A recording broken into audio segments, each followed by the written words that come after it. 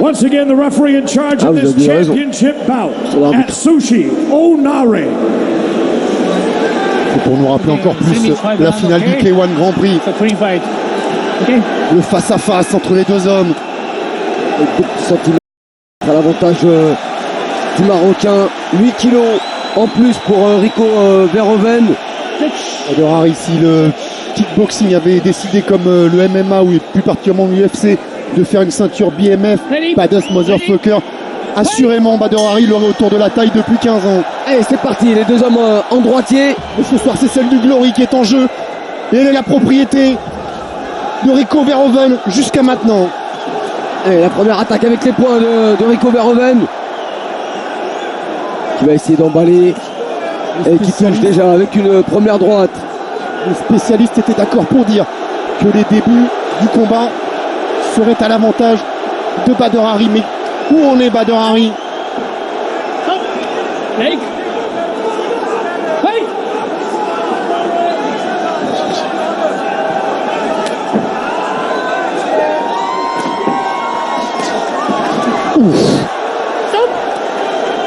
La première chose de sûr quand même, c'est qu'il n'est pas intimidé, Rico. Ouais, il a tout envie de faire douter Badr Hari, lui. Il place des attaques en ligne basse, c'est bloqué cette fois. Et la droite de Badr Hari.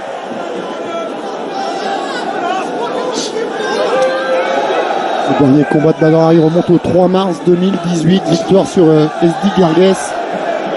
C'est vrai que c'est pas les mêmes appuis, hein. Quand vous voyez les poteaux.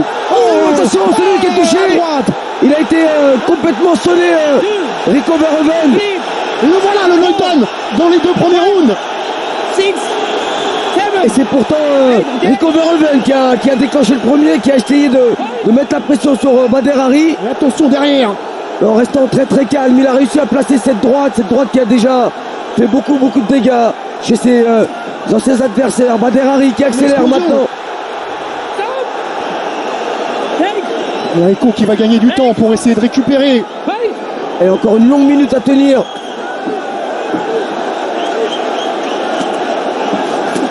Oh, encore la droite. Et puis placer le kick qui s'expose au contre avec la droite de Badr Hari, Rico Verhoeven. Et voilà, encore derrière l'esquive, il arrive à bien retomber. Et là on sent, hein, c'est Rico Verhoeven qui cherche à s'accrocher, qui refuse l'échange en points. Il n'a pas encore complètement récupéré le champion. Ça avait mal démarré déjà dans leur première rencontre où Badr Hari avait l'avantage dans les premiers échanges, mais peut-être pas à ce point-là. Attention à ce niveau, avec des combattants comme ça, tout peut s'inverser. Rico peut à son tour envoyer au tapis Badr Hari. Chez sous l'œil droit, ouais. Rico déjà. Et c'est parti vite dans ce combat. Et le high kick pour Badr Hari.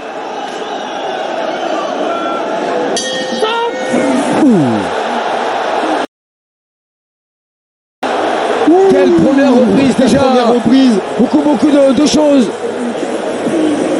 Un Rico Verhoeven qui a attaqué le premier, qui a voulu mettre en difficulté Badr Hari, qui a contré avec une superbe droite.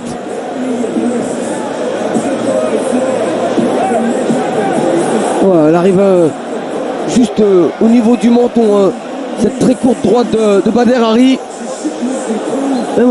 presque à la gorge. Et heureusement que ça a manqué de précision, parce que si c'était vissé à la pointe du menton, ça aurait été un chaos net. Et déjà, Badr Hari réussit ce que beaucoup ne parviennent même pas à imaginer, envoyer Rico Verhoeven au tapis.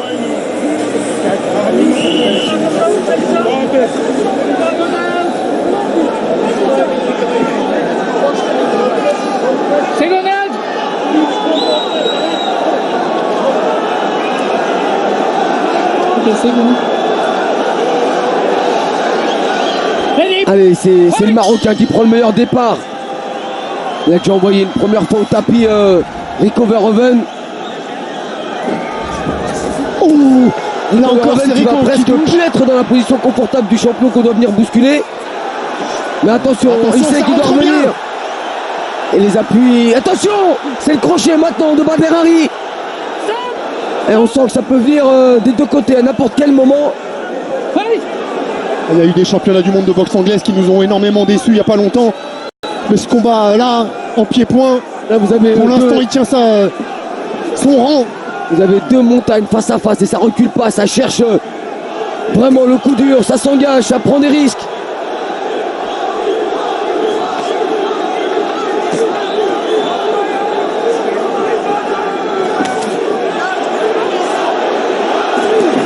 Et on place un petit coup de pied au niveau des appuis pour se rapprocher. Mais ce que veulent vraiment l'un ou l'autre, c'est faire parler le power punch. Là, en travaillant plutôt à l'intérieur, c'est Rico Verhoeven. L'autre en prenant l'extérieur avec ses larges crochets, c'est Bader Hari. Et il passe en garde de gauche et maintenant Bader Hari place le retourné.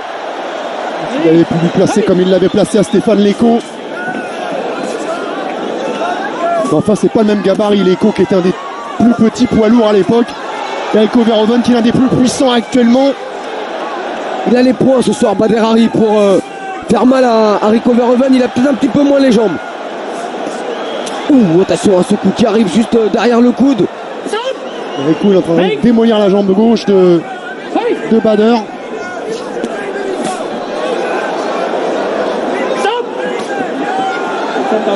Avec des low kicks intérieurs en répétition. Attention, parce que si vous dites que Bader mise tout sur l'anglaise, s'il n'a pas les appuis derrière, On le plutôt en dessous, voit bien là, c'est ça pue que la même chose. c'est souvent quand il est attaqué au niveau des appuis qu'il est en difficulté. Bader Hari, il n'a pas le réflexe de bloquer. Ça aussi, ça peut être Judiciable. par rapport à son manque de ring, manque de combat. Il n'a pas automatiquement cet automatisme de bloquer les coups, de remiser. Alors il va sur ce qu'il sait faire, c'est-à-dire chercher la guerre, mettre la puissance avec des coups sur les côtés, à l'intérieur, en anglaise. Percute très court pour Rico Verhoeven.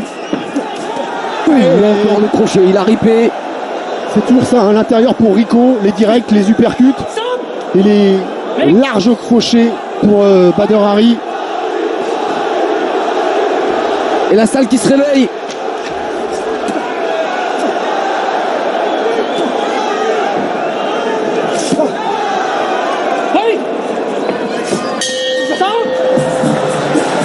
Ça n'a pas baissé de niveau, en tout cas le rythme est toujours le même. Avec un travail très propre des deux côtés. Plus orienté sur les points pour Bader Hari. La question maintenant qu'on se pose, Kamel, c'est est-ce qu'on a passé le money time pour Bader Hari? Est-ce que les meilleurs rounds pour lui sont pas les deux qui viennent de passer? Là c'est parti très vite. Et là, on voit cette attaque de début de seconde reprise. On a vu quand même un Rico reconstruire dans cette deuxième reprise. Ouais, reconstruire sauf sur ce crochet gauche qui a été aussi bien amené par le Marocain. Bien sûr, dans certaines réactions, Bader Hari nous a fait trembler, mais dans la linéarité ça a été plus disputé dans la deuxième reprise avec chacun leur moment, alors que dans le premier round on a eu un Bader Hari qui a dominé grâce à ce voyage au tapis. Mais là c'est vrai que le combat commence à devenir dur pour celui qui s'est le plus éloigné des rings, le plus longtemps. Il s'en est éloigné, il est allé au Maroc chez lui. Il a beaucoup couru dans les montagnes de l'Atlas pour préparer ce combat.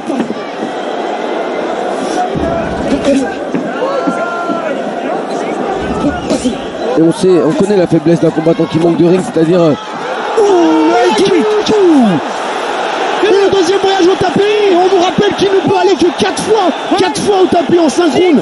Faute de quoi, l'arbitre sera obligé d'arrêter le combat. il m'a fait mentir, je parlais de sa faiblesse qui venait des jambes, je le trouvais pas très bien en appui, mais c'est avec un high kick qu'il est venu encore une fois envoyer au tapis Rico Verhoeven, et ce high kick à la façon Bader Hari qui retombe avec le tibia sur le sommet du crâne. Il n'y en a pas 50 des combattants qui peuvent envoyer Rico Verhoeven au tapis à 2 reprises dans un combat. Il n'y en a pas 150, il n'y en a même qu'un. Qu'est-ce qui s'est passé? Oh non, ne me dites pas qu'il s'est blessé. Oh, ça serait catastrophique. Ne me dites pas qu'il s'est blessé. Oh là là. Oh, c'est pas vrai, après le bras, c'est la jambe. On va attendre le ralenti pour voir ce qui s'est passé, mais est-ce que c'est vraiment la jambe? Qu'est-ce qui s'est passé encore? Voilà ce qui pourrait nous amener vers encore une opposition entre ces deux hommes, et encore plus aujourd'hui qu'hier. Ah, apparemment, visiblement, c'est la jambe gauche au niveau de la cheville. Ah, il y a de quoi rager, bien sûr, il y a de quoi rager pour Bader Hari. Regardez la classe quand même de Rico Verhoeven. Hein. Ah ouais, mais là, il peut que reconnaître. Il a eu face à lui un très très bon Bader Hari qui a réussi à le mettre en difficulté avec le très bon travail en anglaise, la seconde reprise avec ce high kick. C'est peut-être ce high kick qui a causé cette blessure. Hein. Peut-être en reculant. Même en tapant au niveau du crâne.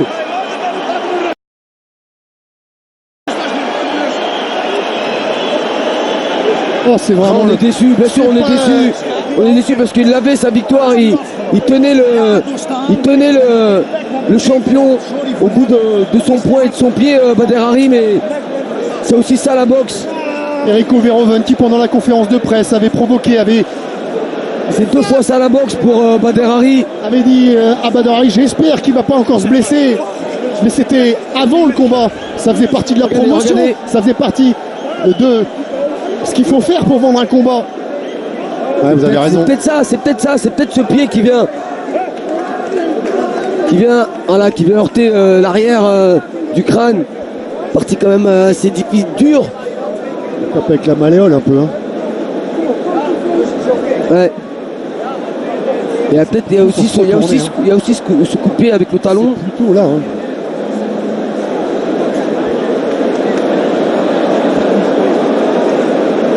Ah, il le sent tout de suite. Hein. Ouais, c'est peut-être ce coup de pied. Hein. Ça fait vibrer. On a vu vibrer le pied.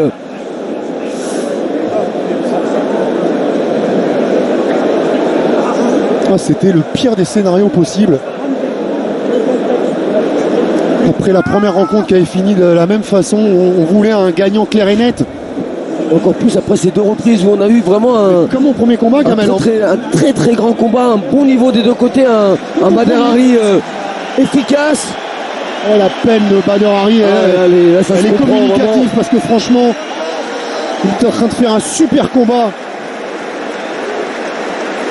Et combien de temps il va falloir maintenant pour le retrouver sur un ring? Et ça nous frustre, ça nous prive forcément d'un dénouement sportif. On les comprend, c'est l'arme du combattant qui est vraiment allé chercher au plus profond de lui pour revenir, se préparer, être au top. Le jour du combat, il était au top, Bader Hari, il n'y a aucun doute. Il avait de la puissance dans les poings, de la puissance dans les jambes. Il avait vraiment bien débuté ce combat. Bon, voilà toute la cruauté de ce sport, Kamel. Des mois, des années de souffrance, de sacrifice, de privation, d'investissement pour qu'une blessure ruine totalement un rêve. Lui, il n'a rien à se reprocher. Hein, rien, mais comme la première fois, pour lui, c'est comme la première fois. Il était malmené en début de combat. Il est maudit ce combat, faut croire. Il y a peut-être une malédiction sur ce combat. Ils arrivent à se retrouver, mais il y a toujours un truc qui vient stopper l'échange. 2 fois la blessure, honnêtement, ça fait beaucoup quand même pour une coïncidence.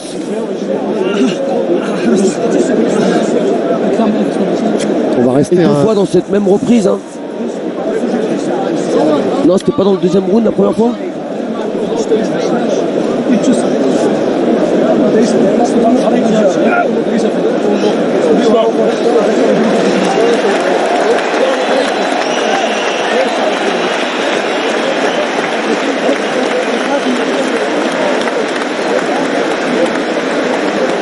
Ah oui, c'est dans la 3e reprise hein, qu'arrive cette blessure.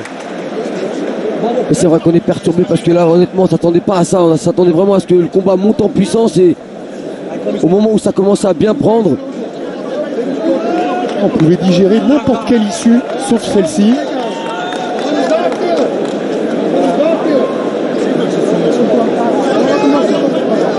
Évidemment, Rico, il n'a rien à se reprocher. Par contre, il a senti le vent du boulet quand même. Hein. 2 knockdowns en 3 rounds. Ça lui était pas arrivé depuis très longtemps, voire depuis jamais. C'est pas non plus le scénario qu'il espérait, hein. Vraiment loin de là. Ah mais lui évidemment c'est comme à la fin de la première rencontre, il avait besoin d'une victoire limpide.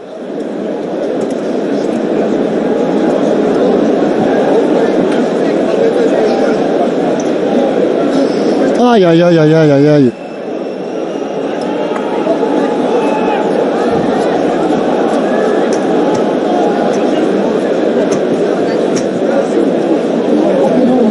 Après Kamel, Non, on lui dit quoi, Rico Verhoeven? Bon, ouf quand même, parce que quand même. Bah, au point il était en retard. Hein. Ah, il était largement en retard au point. Il était même en difficulté. Il reculait beaucoup. On était dans la 3e reprise. Il restait. Il en restait 2. Ça lui faisait un sacré retard parce que s'il y avait eu 18 dans cette 3e reprise, on se retrouvait avec 4 points. Il en avait rattrapé 1 au 2e round à 19, donc 3 points. Mais il n'avait pas 3 rounds derrière pour les rattraper, ces 3 points. Il en avait 2. Ça veut dire qu'il lui fallait forcément envoyer Badr Hari au tapis ou l'emporter par KO. Et à l'inverse, dans l'autre sens, Badr Hari qui venait d'enregistrer 2 knockdowns, Kamel. Lui, il avait plus que 2 knockdowns à enregistrer en tout pour mettre un terme automatique au combat. Et 2 knockdowns en 2 rounds et demi, puisqu'on était à la mi-combat. 2 knockdowns, c'était faisable pour lui. Voilà, moi je retiendrai cette image et celle de Rico qui est tout de suite venu soutenir Badr Hari. Regardez, et Badr qui lui caresse la tête. Ça, c'est vraiment les très très très belles images après des paroles apaisantes, apaisées hier à la pesée. Les deux se montrent à la hauteur de leur statut. De la part de Rico, c'est pas une nouveauté. De la part de Badr, c'est une grande preuve de maturité. C'est ce Badr là qu'on a envie de voir encore de nombreuses années. Et évidemment qu'on va espérer avoir un Collision 3. Mais ça va nous obliger à attendre un an. Ouais, et puis surtout en savoir un peu plus cette blessure de Badr Hari, parce qu'au niveau de la cheville, vous savez que c'est aussi très long hein, pour la récupération. C'est comme le genou. Allez, on a pris un tout petit peu de retard. Vous restez bien avec nous si vous êtes pressé de voir l'UFC Busan avec la 3e participation de Cyril Gane. Ce sera tout de suite après qu'on ait rendu l'antenne. On va encore attendre un peu, voir s'il y a interview ou pas sur le ring. Il devrait y avoir au moins Rico et pourquoi pas Badr. Évidemment, c'est les images que vous avez envie de voir. La décision officielle d'abord, puisqu'elle n'a pas été rendue. Ouais, c'est sur civière que va partir Badr Hari. Ah, c'est au minimum une grosse entorse hein, pour Badr Hari, si c'est pas pire.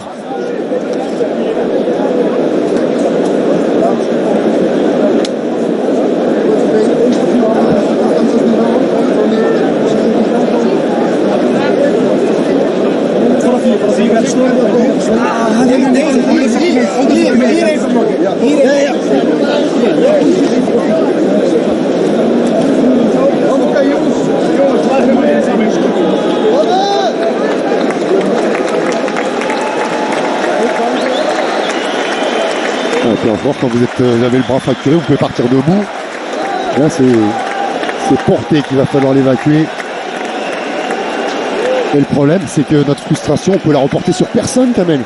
On peut pas reprocher la faute, t'as pas de chance, c'est tout. Il s'est blessé, il a pris le mauvais coup au niveau de la cheville. Une peine immense, hein. Il repart en larmes. Badr Hari. Et puis derrière, il y a beaucoup de travail. Voilà, il repense à tout là, Badr Hari. C'est pas fini les larmes. Il va y repenser ce soir, il va y repenser demain matin, il va y repenser encore pendant des jours et des jours. Et moi, Kamel, on va lui en reparler forcément. Et si jamais il y avait un Collision 3, vous croyez qu'il va lui dire quoi, Rico, à la conférence de presse? De venir avec des prothèses?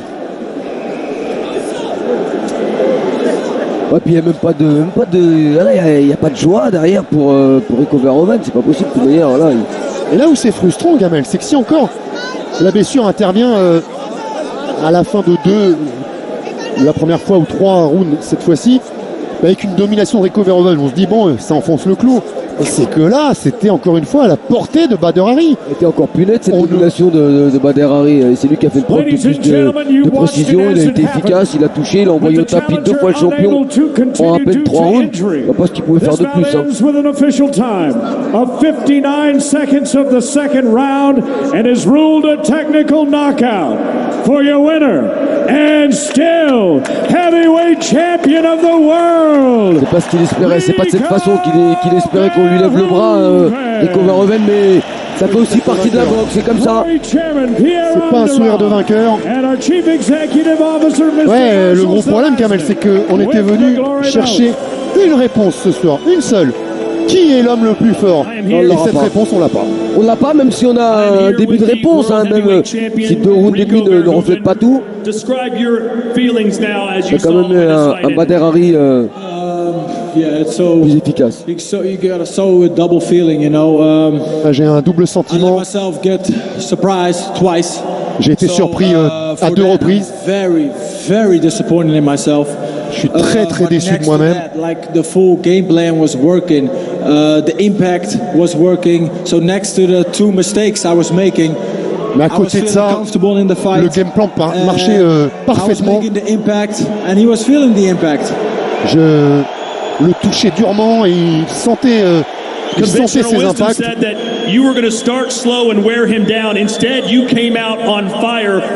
Vous aviez dit que vous démarreriez doucement avant de monter, crescendo, et finalement vous avez démarré en feu. J'ai sûrement laissé les émotions prendre le meilleur de moi-même ce soir. If you think about it, he's lighter, so he's faster than I am. So why start going into a clubber fight with him right in the beginning? So that wasn't a smart thing to do, but I did it.